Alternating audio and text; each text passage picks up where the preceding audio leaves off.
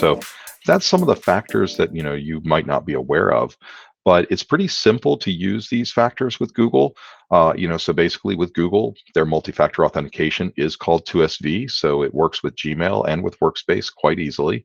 All you really have to do is go to myaccount.google.com. From there, it's very easy. You'll see the security settings, and it's got clear walkthroughs. I'm not going to waste your time on here because Google does a much better job of it in their knowledge bases. But I will tell you that I recommend you set up 4 of the factors for Google 2SV. Those would be the security key, would be the number one factor that you should set up. Number 2 would be the Google Authenticator. Number 3 would be the device push, and then number 4 would be the backup codes. So, why those 4? Well, they go down in the order of security and level of security that you have. But one of the things before I talk about the different factors is how do you use those backup codes? Well, if you ever try and log in, you might get a problem. You don't have Google Authenticator, your phone's run out of battery, you don't have your token with you, etc. One of the things you'll see a little tiny link that says try another way. And when you click on that, one of the options will be, if you have got backup codes, is to use backup codes. And then you can get about where you stored them safely, type in one of them, cross it out, etc., and you're good to go. But the key thing here is, what are the differences between all these factors? So, some of the key things you have, for example, is you have different manufacturing things. So, for example, I like Yubico keys. They're manufactured in either USA or China. Titan keys are manufactured in China currently. I believe they're working on moving that production over to Malaysia, but that can be considered a security risk at certain organizations. You also have built-in security keys. So, for example, if you have an Android phone, it can use Bluetooth to talk to a built-in key in your phone and use that. But you also have things like, for example, text messaging. Not very secure, but it's not horribly secure. I mean, for example, in my career of almost 30 years of doing incident response and cybersecurity, I have not worked on an incident where the 2-factor authentication was what was compromised as part of the attack. It certainly happens. A few hundred a year would probably be the estimate that I would give you. But, there are literally just millions of attacks on accounts otherwise. So, making sure that you use 2-factor is more important than necessarily saying don't use text messaging. It's certainly less secure, but again, it's so much better than not having 2-factor. That, a phrase that I use a lot in cybersecurity is, don't let perfection get in the way of progress.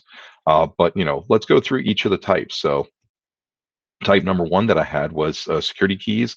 So the physical tokens, these are excellent. These are very secure. You can maintain access to them. The problem is that you might lose them. So typically Google recommends that you have 2 of them, one that you keep in a safe location and one that you use day to day. But they are the very, very secure. Google Prompts, aka the push. If you have a good PIN on your phone, if you lock your phone after like a minute, again, these are excellent. Similar thing with the Google Authenticator app, also very, very secure. One of the big problems you might have with that is, what do you do if you don't have your phone with you, or if your phone's out of battery? You can get in some problems where you can't use those. We talked a little bit about the text messages. What's called SS7, I think Signal 7 is the name of that protocol. It's pretty weak. It is possible to redirect your text messages somewhere, just like it's possible to redirect your phone calls.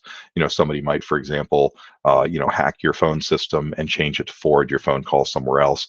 So, these type of things are not the most secure. They're not typically, in some places, they're not even recommended to use. Backup codes, I think they're pretty standard. You got a piece of paper, you can hopefully keep it in the safe. So they work very, very well.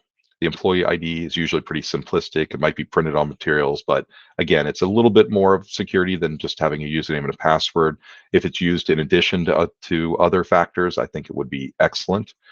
Context-aware access and VPNs, again, very, very good. Very great way to limit the factors, so that now all of a sudden people have to have physical access or know that you use a VPN before they even can log in or try to brute force your password.